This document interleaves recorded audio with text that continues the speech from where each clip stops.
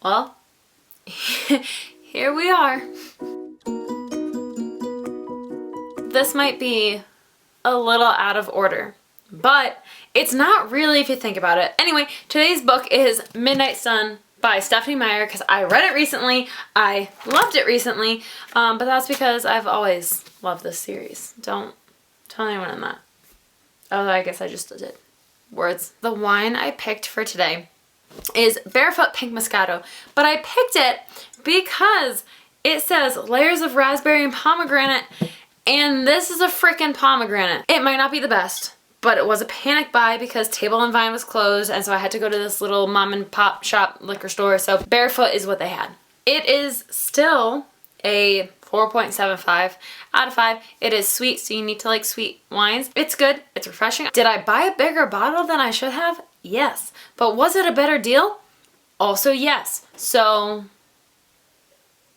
reviewing this book is going to be a little bit different because I've already reviewed Twilight, and that is essentially what Midnight Sun is, but it's from Edward's perspective, which is so cool. And for all of the middle school twihards out there, this is what we've been waiting for years, is his perspective. And it is so cool because it is like, as everyone knows, Edward can read minds. So like you get what like his perspective, but in a sense, you also get everyone else's perspective. You get like this whole different perspective of like Edward and him fighting, like when they are sitting in bio class and he's like, yeah, I could just kill her like this, and he like zones out and he goes into so much detail on how he could kill her.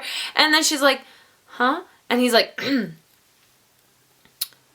yeah, we all know that Alice was like, yeah, I could, like, I already knew you were gonna like marry her from the get-go. But there was another vision too. It was like, yeah, you could marry her and live happily ever after. Happily ever after. Or you could kill her. And I see both of these almost equally as strongly. And so it really develops Edward as a character more, I think, because you get inside Alice's head where she's like, I can see both of these happening. And he's like, I can't let that, the one where I kill her happen because I don't want to. And like, I love her. So it's like pretty cool. Because before this, you were like, this relationship's kind of sketchy. But like, it didn't start out, he had so much pushback. He didn't want to. But here he is. You also find out that Jessica like isn't really her friend. Like Jessica's, it's risky. Okay then. Jessica actually kind of doesn't hate her, but she's really, really jealous of her. For like no reason, but not that she knows that, but like she gets the attention of Mike and Eric and everyone else, like and Tyler, almost every other male in the school is like focused on Bella, and Jessica hates it. So it's not like Bella has their attention, but it is. It is. I don't know what I said. I've had a lot of wine. I have no idea what I'm saying at this point.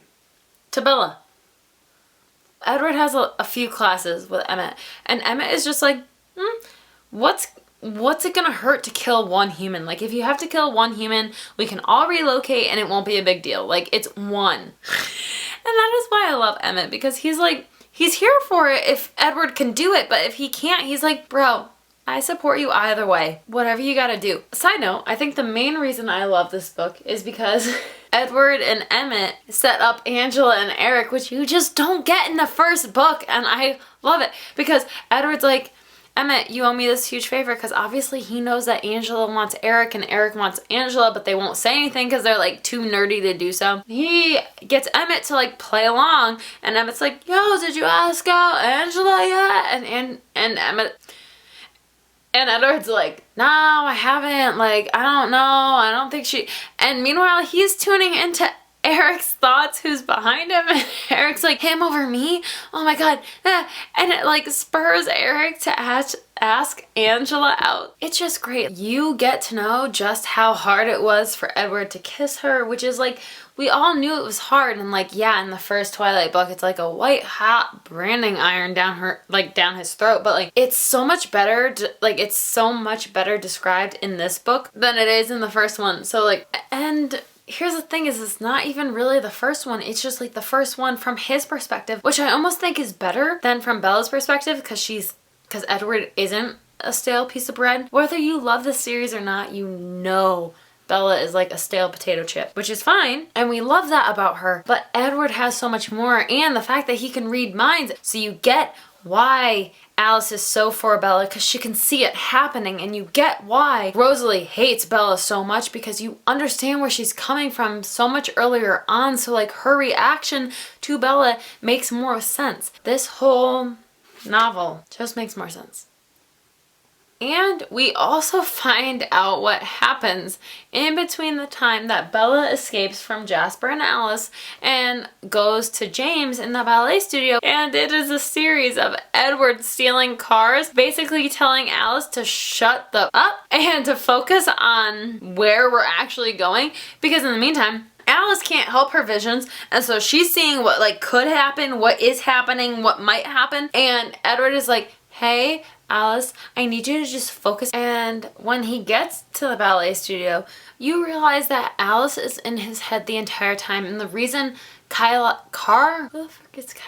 reason Carlisle says he can't do it for Edward is because Carlisle actually has to be a doctor and like attend to the wound in her thigh that she has. Edward has to be the one that drains the venom from her, because all the other ones are too new to do it. But meanwhile, Alice is in his head the entire time, and she's like, it'll be okay if you can stop.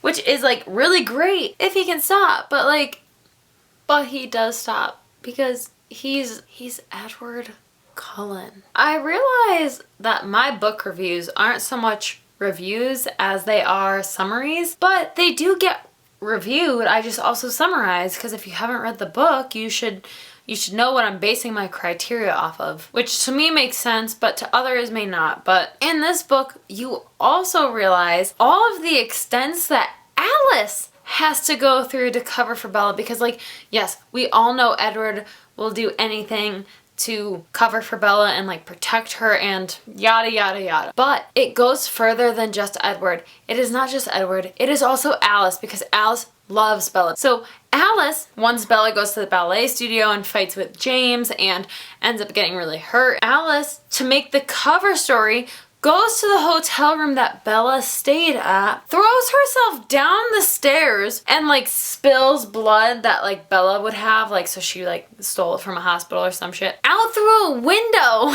And of course, all this sounds really terrible, but Alice is immortal and she's not gonna die, but like still like really hurts, which like really shows for Alice's character. So like, again, this book really heightens my love for all of the characters so much more. Anyway, we all know how it ends. Edward's like, we should break up, and Bella's like, what? No, you can't leave me. And he's like, okay, I won't. And so that's how book 1 ends. So now here is the breakdown. Cover design is a 3.5. It is really pretty. As a whole, and I don't know if y'all can see the series in general, I love it. I think it matches well. It's cool, but it's a 3.5 because like Pomegranate characters are a 5.5 at what? That's not a thing. A 5 out of 5 because I love these characters, especially in this book. Like, I already love the characters, but you get to know Emmett so much better, you get to know Alice so much better, and Carlisle and Rosalie, and 5 out of 5. Plot is a 4.5. I don't know what I gave the first book, like Twilight. I don't know what I gave it, but regardless, it's the same book, but it's not in a way. It is. Ending is also a 4.5 out of 5 because again, it ends the same way as Twilight, but it's different from Edward's perspective. And so it is really conflicting, and I hate this novel for that, but like, there's really nothing you can do about it, so. The book drop. I don't know what I gave it last time, but it is a 4 now, regardless, because in a sense, this is a new book because it is from a different character's perspective. The book drop, actually, I don't know that it can get a 4. I feel like it has to get a...